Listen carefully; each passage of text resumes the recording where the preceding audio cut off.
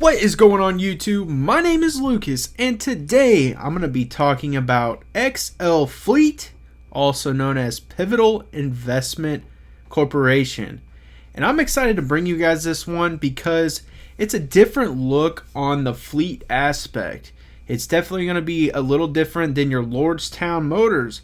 And I'm actually intrigued by this stock. So if you're interested in this company, I suggest you stay tuned right after this.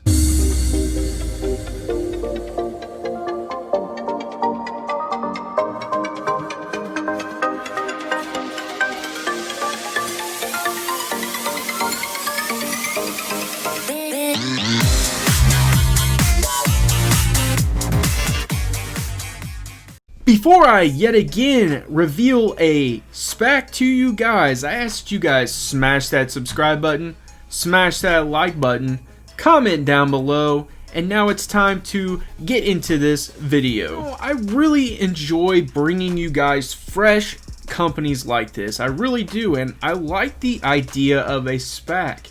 Especially ones that have some previous experience, some previous headway. They've built some relationships. They have some partners already in place. Well, that's the video right there, guys. No, but in all seriousness, I do really enjoy companies that are coming to the stock market and they're doing it in a way that is going to get them there by raising money, by doing the reverse merger idea. And I do think that XL Fleet is a perfect example of this. So that is why I'm excited to bring you guys this video, just because I do think that this is a great company. As far as that aspect, they do have some partnerships, which we'll get into, and they do have some experience already, which we'll get into as well.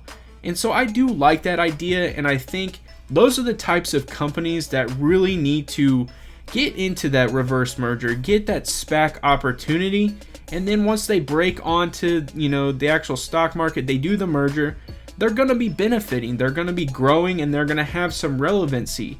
Unlike some other companies who have zero experience, have nothing in place, they have zero direction, they don't really have any type of plan other than a product that they're hoping to make. And so I really do like the idea behind XL Fleet, and we'll talk about it. I felt that this video needed to be electrical vehicle, and the reason I say that is because Gavin Newsom came out obviously yesterday and announced that he plans on having zero emissions, put out by 2035, and I think that's very significant for this sector.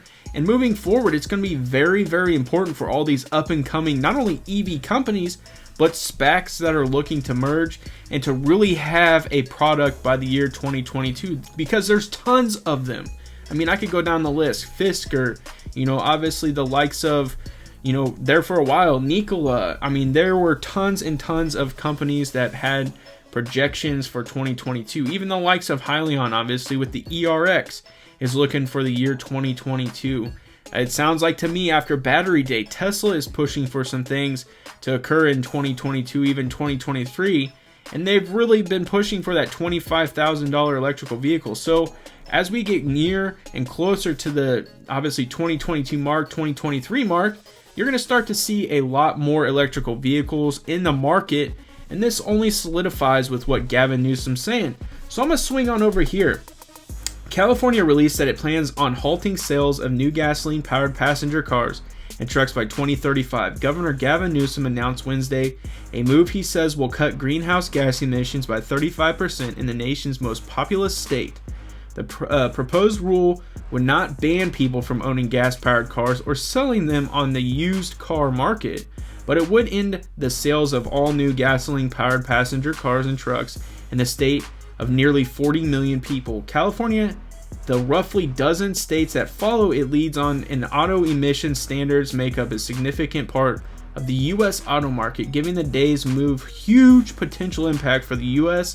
automobile industry, as well as for long-term efforts against pollution and climate change, which is very important. I do agree with that, at least. And which is driven by fossil fuel emissions.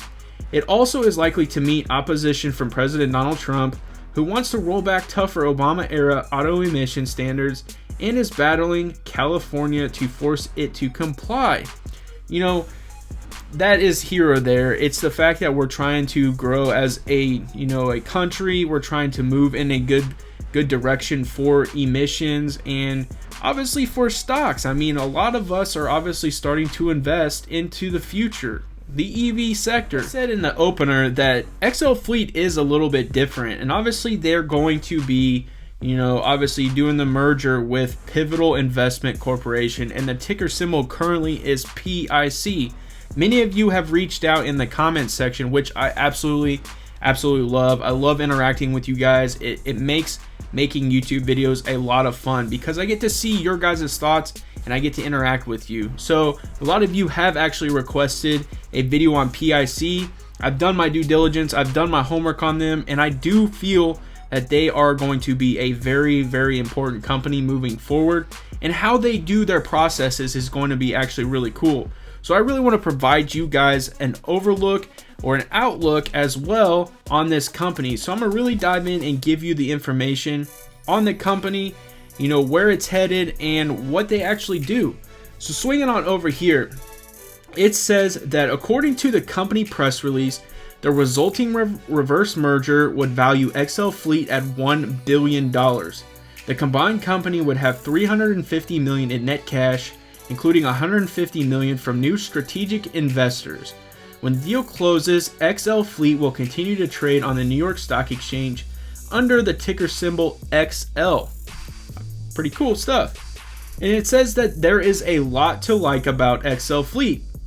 Ahead of the deal, the company already has deals with several high-profile companies, including FedEx, PepsiCo, and Verizon. And investors should note that the broader wave of electric consumer vehicles has also sparked an interest in electrifying commercial fleets. Unlike the rival Lordstown Motors, XL Fleet does not make its own vehicles, and I think that's very, very significant.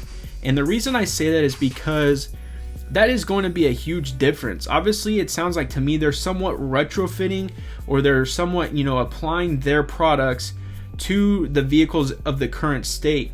And I'm going to kind of continue on, and it'll explain it just a little bit more, and who they're really doing the partnership with. But for them to be able to take a product that already exists, apply their service to it, I think that's very significant, especially in fleet form and fleet aspects. Continuing on, it says instead it outfits existing commercial grade trucks from the likes of Ford and General Motors. Plus, as part of its goal to reduce carbon emissions, XL Fleet provides customers with analytics on how their electrified fleets are helping the environment. Another interesting tidbit from the company press release is that XL Fleet has a 12-month sales pipeline worth $220 million. It is also targeting revenue of $21 million in 2020 and $75 million in 2021. And those are the types of things that I think are very significant. It's very similar, in my opinion, to the likes of a Hyliion. Not that they're doing the exact same product, but it's the idea that they are trying to get to the market quick, and they're raising funds to do that, to put it in whatever they need to put it in to make it even better, obviously moving forward. So my comparison to them is that they already have products, they are already using them, they have already, hit the road in so many different facets, they've built partnerships. So when you deal with companies like this, when they do, merge and they become their own company, in this case, XL Fleet's going to be trading as XL, you know what type of partnership, you know what kind of transaction you're going to get, the interactions, the positives, the negatives.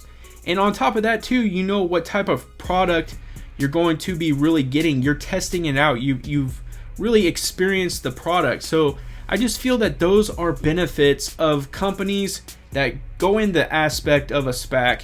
They go into the idea of doing a reverse merger, and when they come out on the other end, they're ready to start, doing a quarterly earnings. They're ready to start showing what they're capable of doing. I mean, a lot of these companies like this are showing you, hey, we have revenue of $21 million for 2020, and we expect to grow to $75 million in 2021. That's huge numbers. I mean, those are numbers you want to see. Obviously, do they hit those? We don't know, but that's what they're projected to do, and I think that's significant when you're looking to invest into a SPAC and when you're looking to invest into a company like this in the electrical vehicle sector. Just my opinion. One major key component I feel that this company has is that As of right now, they have one model, but they're progressing to have multiple models, and they're hoping to have 3. Obviously they're in the works of 2 of them, but the hybrid model is the one that they've really capitalized on at this point, and it makes sense. Obviously I gave you all that information on California and multiple states following suit, and will be doing the emission free by 2035. And I think that that's very important, and I think some companies are able to really capitalize on obviously their hybrid models. Ford being one of those. They were putting out a Ford Fusion that was hybrid. Some of their vans that they use for fleets are going to be hybrid form, and I really think it kind of helps them gain traction to becoming fully EV. So I'm going to swing over here and really kind of provide you some information on not only the hybrid version, but where they want to move and get the other options as well. So the XL Hybrid is going to improve miles per gallon 25% and meet sustainability goals without compromising performance. It says no operational risk or infrastructure required for fleet operators. I think that's very significant. Obviously, as you guys can see there, the hybrid form is available in a ton of different vehicles. Obviously it's going to be all Ford, it's going to be all GM products. The next option that they are working towards, and it shows that it's in development, is going to be the plug-in. And it says innovative plug-in hybrid systems that is revolutionary in its simplicity, highly efficient, capable of driving up to 50% savings in miles per gallon. So as you guys can see, it is in development for majority of these products, and the final version, and I wish they kind of gave some dates or provided some dates on when they're expected to fully have these in place, but they just didn't put that on there yet. The final one is going to be the electric one, and obviously it's in development, but it's very limited on which ones they are developing. Looks to be more bus and bigger delivery truck type vehicles, but it's going to be zero emissions offering. And then it says extra large propulsion systems will enable fast to market very competitive EV offerings. So I do think that that's very important, because obviously we're heading in that direction. 2035, 12 states looking to be zero emission, no longer selling gas vehicles as far as brand new options. And so I think we're headed in that direction for sure. And so these companies need to start making those changes. Come to my favorite part of any video, and that is chart breaking down time. So let's XL Fleet on over here, or currently Pivotal Investment Corporation, PIC, on up in this thing. So today it opened at $13.40. It got as high as $13.55, as low as $12.15. Its volume is 4.737 million. Its market cap currently is $360 million. 52-week high is $14 even. Its 52-week low is $9.50, and its average volume is 712.7 thousand. And today it closed at $12.52. That was down 1.88%. And it continued to, it actually went up a little bit in the after hours, closing out the day completely at $12.69, up 1.36%. Now this is a 1-month chart, and there's really not a lot of information to gain from this. Obviously it announced that it was going to be doing the partnership with Pivotal Investment Corporation to do the reverse merger, and that's really when this stock kind of shot up. It's kind of always been, the MO when it comes to, the Spacs. They make the announcement, they do the partnership, and typically people start climbing on board because they want to get it early on. And this thing ran up, obviously hit its 52-week high. But as of late, guys, you're going to see a downtrend, and it's not necessarily anything against this, Spac or against the company itself. It's just, that's how the market's going. It's trending down right now. Hopefully you guys enjoyed this video, and hopefully you guys do go do your own due diligence when it comes to XL Fleet or PIC. I do want to remind you guys, I am not a financial advisor, and anything I do say in this video is for entertainment purposes only, and that's what I'm here to do, entertain. And you guys know how I do it. If you like this video, smash that like button. It helps out tremendously. And if you enjoy the content, because I'm going to keep the content flowing, subscribe to my YouTube channel. And as always, have a good day.